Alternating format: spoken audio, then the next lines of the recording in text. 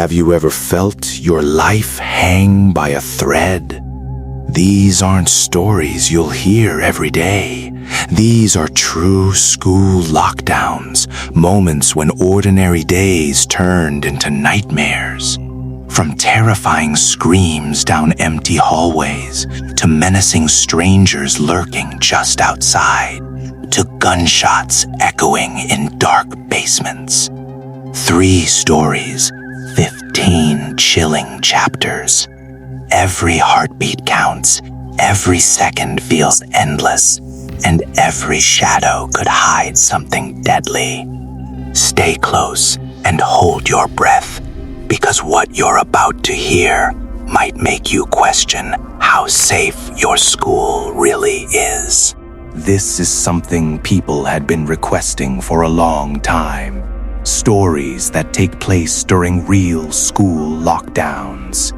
It took me a while, but I finally found a few that truly stayed with me. The first one happened on what started as a completely normal school day. It was a typical, boring day in calculus class.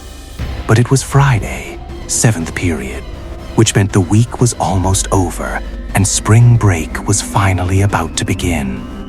Everyone in the classroom was restless and impatient. You could tell nobody wanted to focus anymore. Luckily, we didn't have a test that day like many of my friends did in their other classes. Our teacher was a very laid-back guy. Instead of teaching, he decided to let us relax and play quiz games on Sporkle.com. Everyone gathered around and started shouting answers to a brand logo quiz. It felt like one of those rare, perfect school afternoons where nothing bad could possibly happen. I remember the exact moment everything changed. Right after my friend shouted the correct answer, Adidas, the classroom speakers crackled to life. Then the dean's voice came through the loudspeaker. He sounded different, panicked, shaking. This is not a drill. All teachers immediately go into lockdown. The entire classroom went silent. I felt chills run down my spine. Even our normally relaxed teacher suddenly looked terrified. Without saying a word, he rushed to turn off the lights and motioned for all of us to move to the back corner of the room. We squeezed together on the floor in complete silence. Nobody spoke. Nobody moved. And that was when I realized something was seriously wrong. We stayed huddled together in the dark back corner of the classroom. No one dared to speak above a whisper. Even the smallest sound felt dangerous. For about 2 minutes, everything was completely silent. Then something strange happened.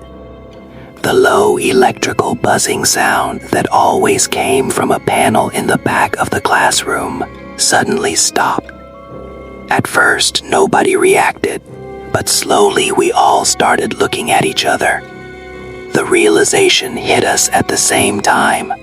The power had been shut off. That meant this lockdown wasn't routine. Something serious was happening somewhere in the building. My heart started beating faster. Minutes passed painfully slowly. Every second felt stretched out.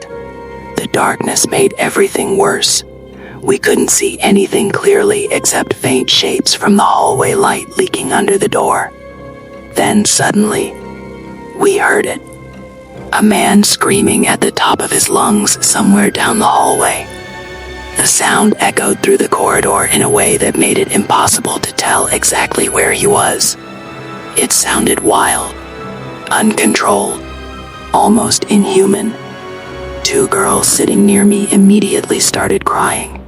Their quiet sobbing made the situation feel even more real and much more terrifying. The screaming got closer. Then we heard metal lockers being slammed and punched. Bang, bang, bang. The sound echoed through the hallway like explosions.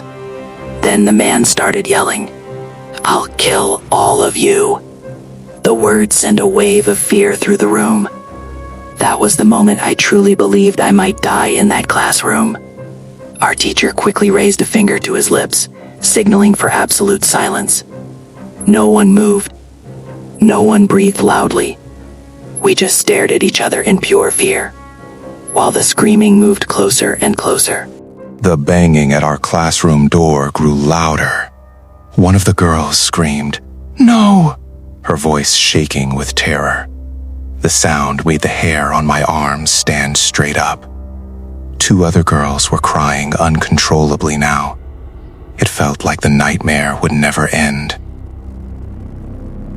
Minutes dragged on, though it felt like hours. Every time the man yelled or banged on the door, our hearts jumped into our throats. My mind raced with questions. Who was he? Why was he here? Was he armed?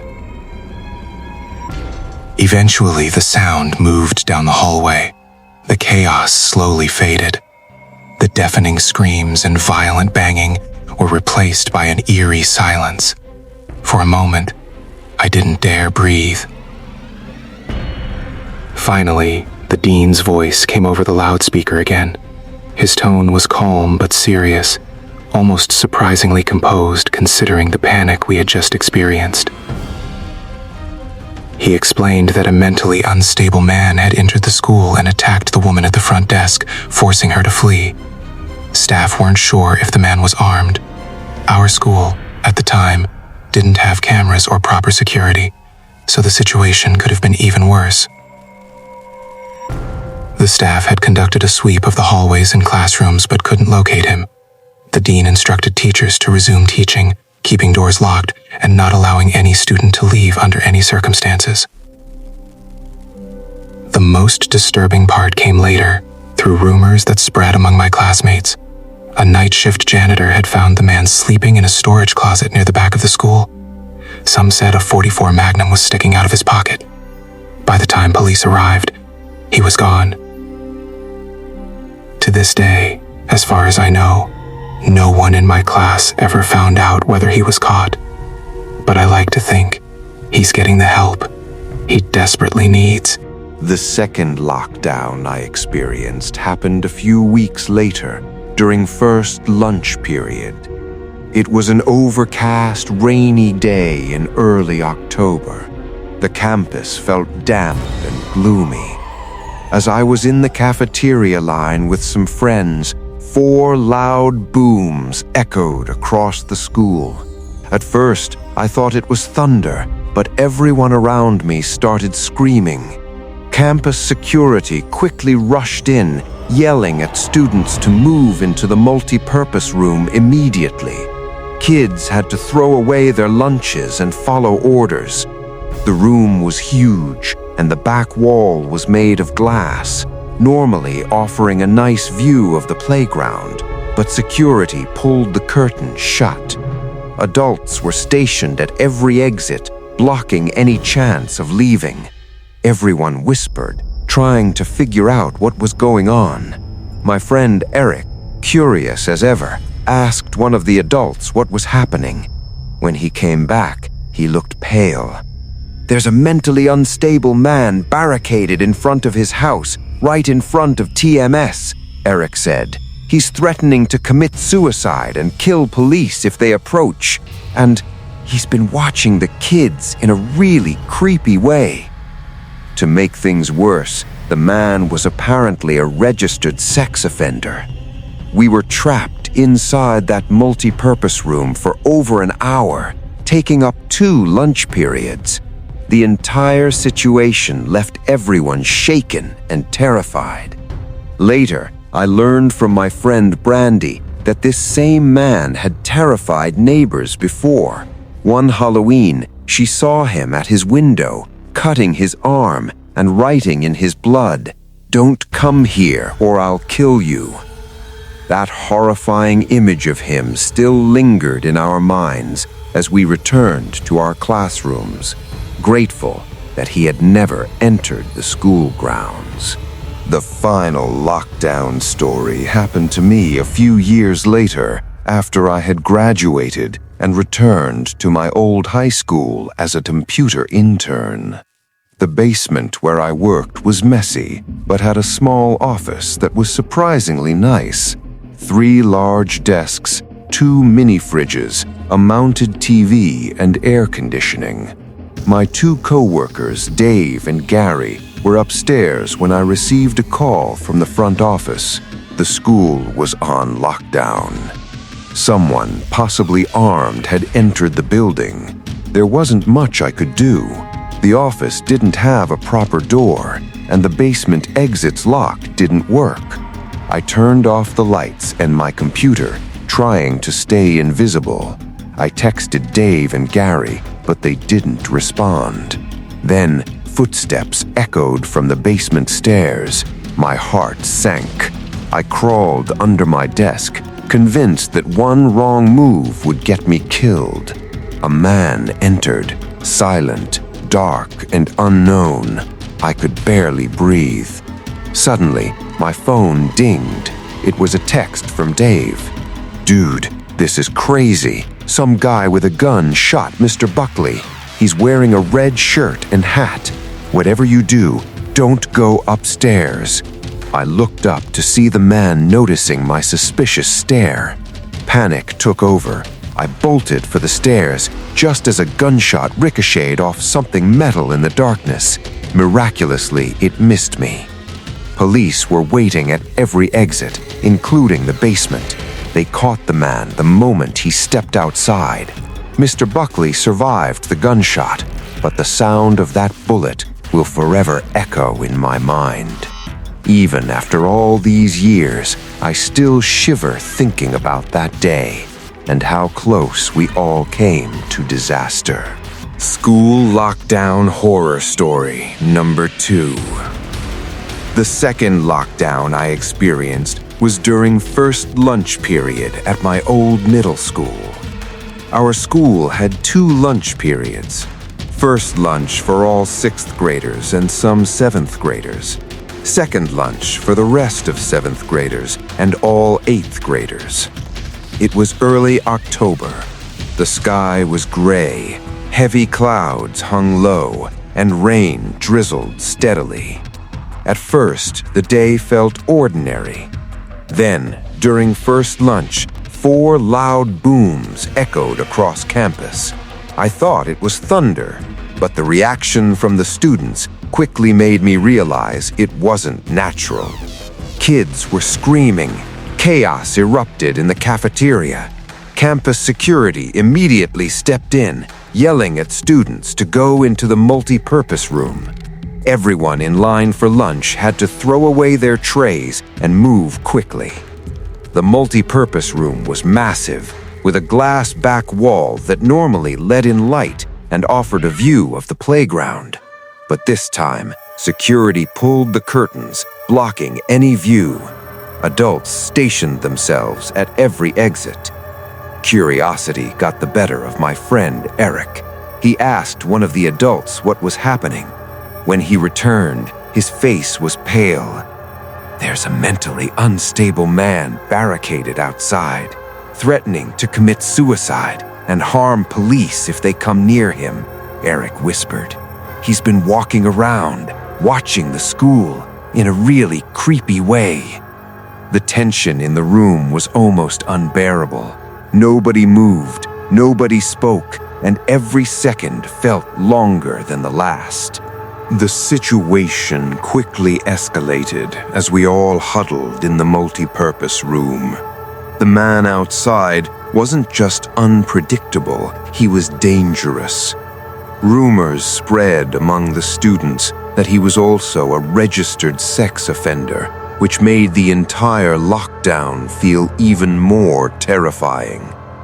Everyone tried to make sense of what was happening.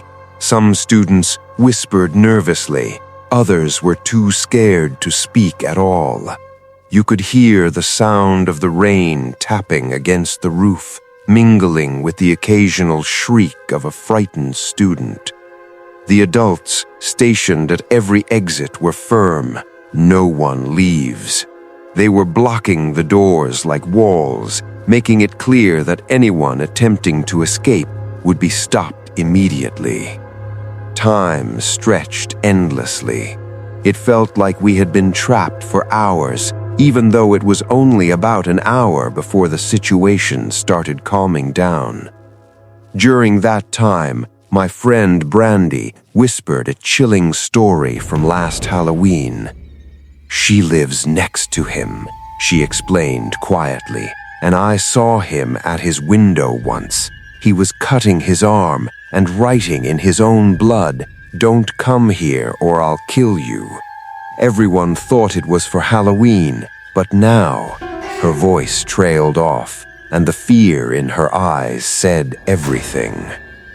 Finally, the authorities managed to stabilize the situation. The man was eventually taken into custody without entering the school. We were escorted back to our classrooms one by one, shaken and pale. Even though no one was physically hurt, the fear lingered in every student's mind. Even after we returned to class, the memory of that lunch period stayed with us. Everyone whispered about how close we had come to real danger. The thought that a mentally unstable man had been watching the school so close to where we ate and played was terrifying. No one could shake the image of him pacing outside, unpredictable and angry. The school staff did everything they could to reassure us. They explained that police and campus security had the situation under control. But reassurance didn't erase the fear in our hearts. Students kept exchanging rumors. Some said the man had weapons. Others claimed he had a history of violence. Every detail, whether true or exaggerated, made the story worse in our minds. Even small things set everyone on edge for the next few weeks. The sound of rain on the roof, a sudden loud noise in the hallway, or a student running past the glass wall of the multi-purpose room. For me, it was a lesson in how fragile safety can feel. One moment, you're eating lunch and joking with friends. The next, you're trapped in a room with dozens of others, afraid to breathe, knowing someone outside could hurt you. It was an hour of fear, uncertainty, and helplessness, one of those experiences that sticks with you for years. After the lockdown, life at school slowly returned to normal, but whispers about the man continued. Some students had their parents pick them up early. Others avoided walking near the back of the school, and everyone stayed alert for weeks. The man's presence outside the school left a lasting sense of unease. Teachers reminded us constantly about safety protocols, but nothing could erase the memory of those loud booms and screams during lunch. For some students, the lockdown triggered a deep fear that wouldn't go away. Even casual sounds, like a locker slamming or a door creaking, reminded them of how quickly safety can vanish. Brandy's story about the Halloween incident haunted many of us. Seeing a person so mentally unstable and dangerous was unnerving. It became a cautionary tale we shared quietly among friends, warning each other to stay alert and trust no unusual signs around the school. By the end of the day, everyone realized something terrifying. Our school, which usually felt safe and familiar, could be invaded at any moment by someone dangerous. That fear lingered like a shadow over every classroom and hallway. The man outside the school was eventually removed by the authorities, but the experience left a permanent mark on everyone who witnessed it. For weeks afterward, students and teachers would occasionally glance at the windows, or glance nervously down the hallways. Even the sound of rain hitting the roof could trigger memories of that tense lunch period. We learned a valuable, if terrifying, lesson. Danger can appear anywhere, even in places that feel safe. The multi-purpose room, once just a place for gatherings and lunch, became a symbol of both safety and fear, a place where we hid together, waiting and hoping to survive. Years later, I still remember the fear, the tension, and the helplessness of that day. It wasn't just a lockdown, it was a moment that reminded all of us how fragile life and safety really are. Even now, I shiver thinking about the faces of my classmates, the pounding rain, and the fear that hung in the air like a heavy, invisible curtain. School lockdown horror story number 3. The third story happened after I graduated and returned to my old high school for a computer internship. The basement where I worked was a chaotic mess. Cables tangled everywhere, stacks of old papers and boxes scattered around. But it had one small office that was surprisingly nice. It had 3 large desks, 2 mini fridges, a mounted flat-screen TV, and air conditioning, a luxury students and teachers didn't enjoy. It was also where the school's servers and most computer equipment were kept. I got the job thanks to 3 of my old computer teachers who genuinely liked me. Their recommendation helped me land this internship, and I considered them more like friends than just teachers. Everything was fine at first. I spent my time organizing files, checking servers, and occasionally playing games on my phone during breaks. Then one day, while I was eating lunch alone in the office, I received a call from a woman in the front office. "The school is on lockdown. Someone possibly armed has entered the building." My heart sank immediately. The office had no door, just a wide opening, and the basement exit's lock didn't work. My only choice was to turn off all the lights and my computer screen, trying to remain invisible. I kept my phone on the desk, texting my co-workers Dave and Gary, but received no response. The silence of the basement was suffocating. The creaking of the old building and my own shallow breathing felt amplified in the darkness. Then, footsteps echoed down the basement stairs. My blood ran cold. Someone was coming closer. I pressed myself flat under the desk, heart hammering in my chest. Every instinct screamed that one wrong move could be fatal. The footsteps grew closer, echoing against the concrete walls. I dared not breathe too loudly. My phone vibrated, a message from Dave. "Dude, this is crazy. Some guy with a gun shot Mr. Buckley. He's wearing a red shirt and cap. Don't come upstairs." I froze. My stomach dropped. The man approaching me could be the same dangerous person Dave warned about. Suddenly, the shadow entered my office. I couldn't see his face clearly, but I could feel his presence. He didn't turn on the lights. The silence was terrifying, broken only by the faint hum of electronics. I decided to speak, my voice barely above a whisper. "Who are you?" There was a brief pause. Then the man explained he had come in to pick up his son, and a teacher had told him to hide in the basement. His voice was calm, almost ordinary, but I didn't dare let my guard down. My eyes darted around, looking for an exit. He asked if there was one, and I told him there was a door down the hall. I wanted to trust him, but the tension was unbearable. Every second felt like a lifetime. And then I heard it, a gunshot echoing from upstairs, ricocheting off metal somewhere in the darkness. My heart nearly stopped. The bullet missed me by inches. I knew one thing for certain: nothing would ever feel safe in this basement again.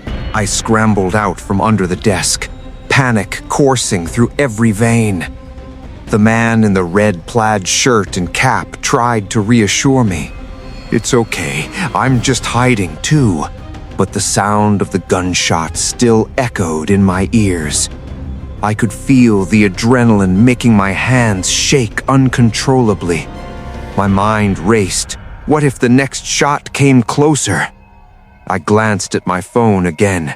Dave's message had confirmed my worst fear.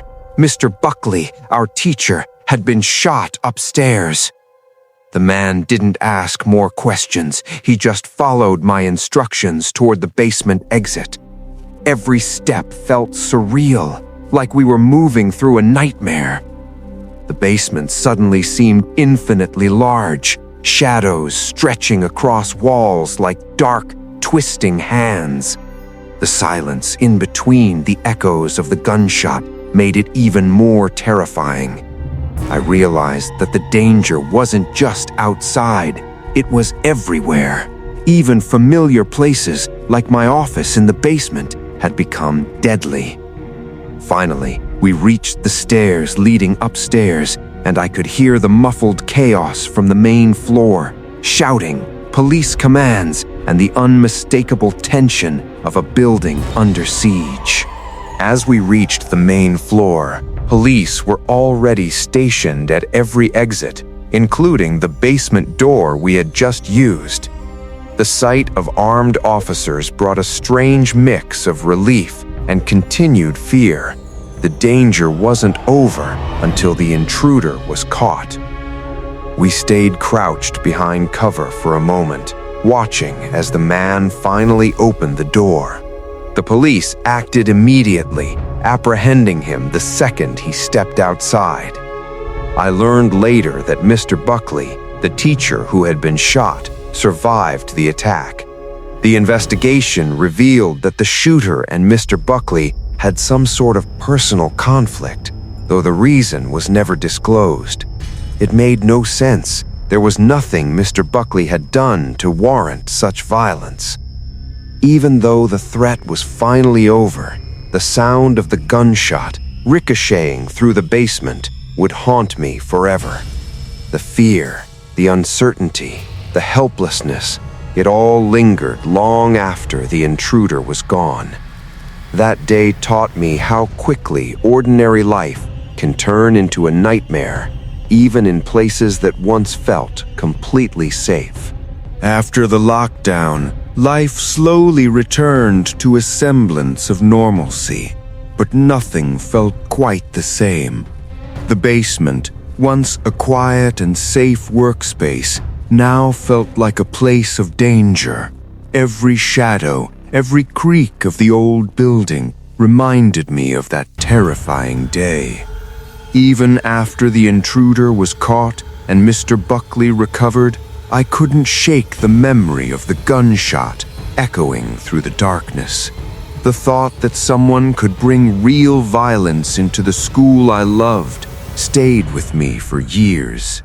It was a harsh reminder that safety is never guaranteed, and that fear can invade even the most familiar places.